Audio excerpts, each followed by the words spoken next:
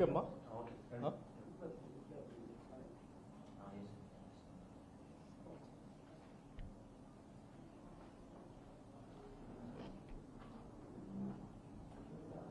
స్థానిక సంస్థల ఎన్నికల్లో భాగంగా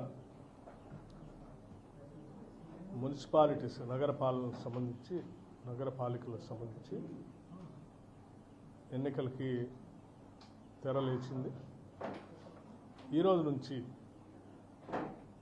3 రోజులు ఇచ్చినటువంటి గడువుని ఆయా మున్సిపాలిటీస్లో బాధ్యులుగా ఉన్నటువంటి శాసనసభ్యులు, మంత్రులు, జిల్లా కాంగ్రెస్ అధ్యక్షులు, సీనియర్ నాయకులంతా కూడా సమిష్టిగా ఒక ఆలోచన చేసి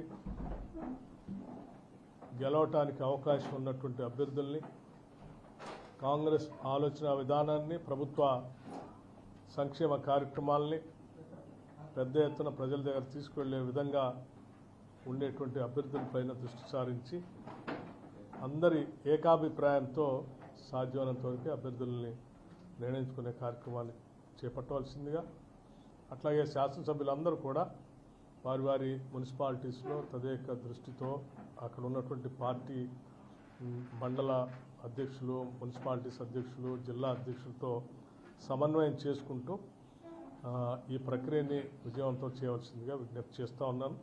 అట్లాగే రాష్ట్ర ప్రజలందరూ కూడా నేను ఒక విషయం ప్రత్యేకంగా విజ్ఞప్తి చేస్తూ ఉన్నాను. ఈనాటి ఈ ప్రభుత్వం ప్రజాప్రభుత్వం, ప్రజల ప్రభుత్వం. ఇది రాష్ట్ర ముఖ్యమంత్రి రేవంత్ రెడ్డి గారి నాయకత్వంలో ఉన్నటువంటి ఈ క్యాబినెట్ పూర్తి స్థాయిలో ప్రజా సంక్షేమం కోసం, అట్లాగే నగరాల అభివృద్ధి కోసం, ఇన్ఫ్రాస్ట్రక్చర్ని, ఇండస్ట్రీని, సర్వీస్ సెక్టర్ని, ఎడ్యుకేషనల్ ఇన్స్టిట్యూషన్స్ని, హెల్త్ పైన ప్రత్యేకమైనటువంటి దృష్టి సారించి ముందుకు పోతూ ఉన్నాం. ఈరోజు విద్య పైన, అట్లాగే ఆరోగ్యం పైన ప్రత్యేకమైన దృష్టి సారించడంతో పాటు నగర పాలనలో ఉన్నటువంటి ఇన్ఫ్రాస్ట్రక్చర్ కూడా మేము ప్రధానమైనటువంటి ప్రాధాన్యత ఇస్తూ ఉన్నాం.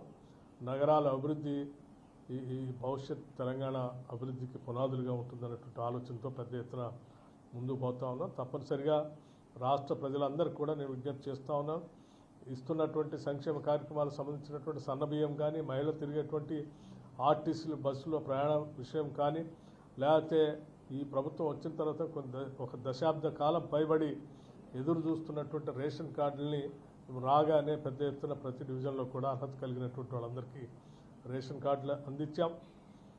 ఇట్లాగే ఆయా డివిజన్స్లో ఉన్నటువంటి వాళ్ళే కాకుండా ఈ అర్హత కలిగిన రేషన్ కార్డుతో పాటు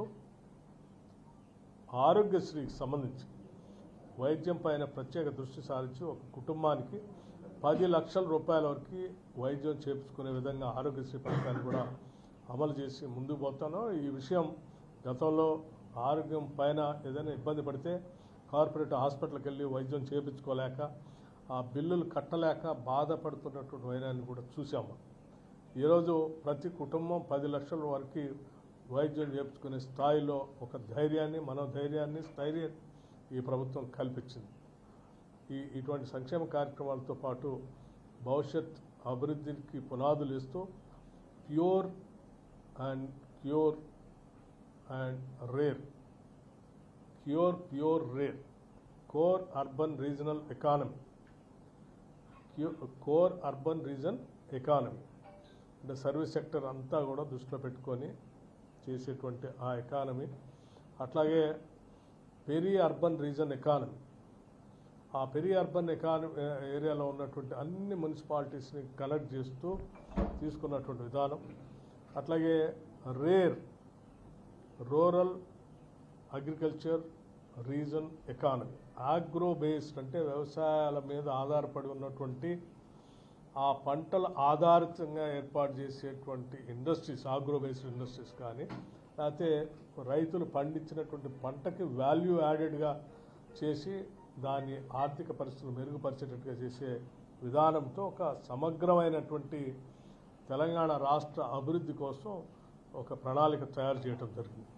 ఈ ప్రణాళికని మొన్నే మేము గ్లోబల్ సమ్మిట్లో రాష్ట్ర ముఖ్యమంత్రి రేవంత్ రెడ్డి గారి నాయకత్వంలో ఈ రాష్ట్రంలో దాన్ని రిలీజ్ చేయడమే కాకుండా దేశవ్యాప్తంగా, ప్రపంచవ్యాప్తంగా ఉన్నటువంటి ఆర్థికవేత్తలు కూడా ఇందులో పాల్గొని ఈ ప్యూర్ రేర్ ఈ గ్లోబల్ సమ్మిట్లో మేము రిలీజ్ చేసినటువంటి 2047 విజన్ డాక్యుమెంట్ని అందరూ అభినందించినటువంటి విషయం కూడా తెలిసింది. 2047తో ఈ రాష్ట్రాన్ని ప్రపంచంతో పోటీపడే స్థాయిలో $3 ట్రిలియన్ ఎకానమీతో ముందు తీసుకొని పోవాలని ఆలోచనతో పెద్ద ఎత్తున ప్రణాళికలు తయారు చేస్తున్నాం. కాబట్టి దయచేసి ఈ అభివృద్ధిని కొనసాగించడం కోసం ఈరోజు అత్యంత పకడ్బందీగా ప్రణాళికాబద్ధంగా పోతున్నటువంటి ఈ ప్రజాప్రభుత్వాన్ని ఆశీర్వదించవలసిందిగా మున్సిపాలిటీస్లో ఉన్నటువంటి ప్రజానికి అందరికీ కూడా ఈ సందర్భంగానే విజ్ఞప్తి చేస్తూ ఉన్నాను. నమస్కారం. ఎన్నికల్లో ఇచ్చిన 6 గ్యారెంటీలు అన్నది కాంగ్రెస్ ఇంప్లిమెంట్ చేయలేదు. ఖచ్చితంగా మున్సిపల్ ఎన్నికల్లో ప్రజలు బుద్ధి చెప్తారని బీజేపీ, బీఆర్ఎస్ దీన్నే ప్రధానంగా అస్త్రంగా కూడా మున్సిపల్ ఎన్నికల్లో తీసుకుపోవడానికి వాళ్ళు సిద్ధమైనట్టు మేము ఇప్పటికే చాలా స్పష్టంగా చెప్పాం. ఆనాడు మేము ఇచ్చినటువంటి హామీల్లో పెద్ద ఎత్తున 90% అమలు చేసుకుంటూ వచ్చాం. ఇవాళ దేశంలో ఎక్కడ ఏ రాష్ట్రంలో కూడా సన్న బియ్యం ఒక్కొక్క కిలో 50 నుంచి 55 రూపాయలు ఉంటే ఏ రాష్ట్రంలో కూడా సన్న బియ్యాన్ని ఉచితంగా రేషన్ కార్డు హోల్డర్స్ అందరికీ పంచే పరిస్థితి ఎక్కడా లేదు. కేవలం తెలంగాణ రాష్ట్రంలో జరుగుతాం. అట్లాగే మహిళలందరికీ మహాలక్ష్మిలాగా చూడటమే కాకుండా వాళ్ళందరికీ ఉచితంగా ఆర్టీసీ బస్సులో ప్రయాణం చేయడం కోసం ఏర్పాటు చేస్తామని చెప్పినట్టు సంఘటన ఈరోజు ఉచితంగా రాష్ట్ర వ్యాప్తంగా ఈవెన్ పట్టణాల్లో కూడా అమలు చేస్తా ఉన్నాం. అట్లాగే ఇందిరమ్మ ఇళ్లకు సంబంధించి కూడా పేదవాళ్ళందరికీ మేము ఇల్లు ఇచ్చి 5 లక్షల రూపాయలతో అందరికీ ఇల్లు కట్టించేటువంటి ఏర్పాటు చేస్తూ ఉన్నాం. ఆరోగ్యశ్రీని 10 లక్షలు పెంచుతామని ఇచ్చినటువంటి హామీల్లో ఇవాళ రాగానే 10 లక్షలు పెంచి అమలు చేస్తూ ఉన్నాం.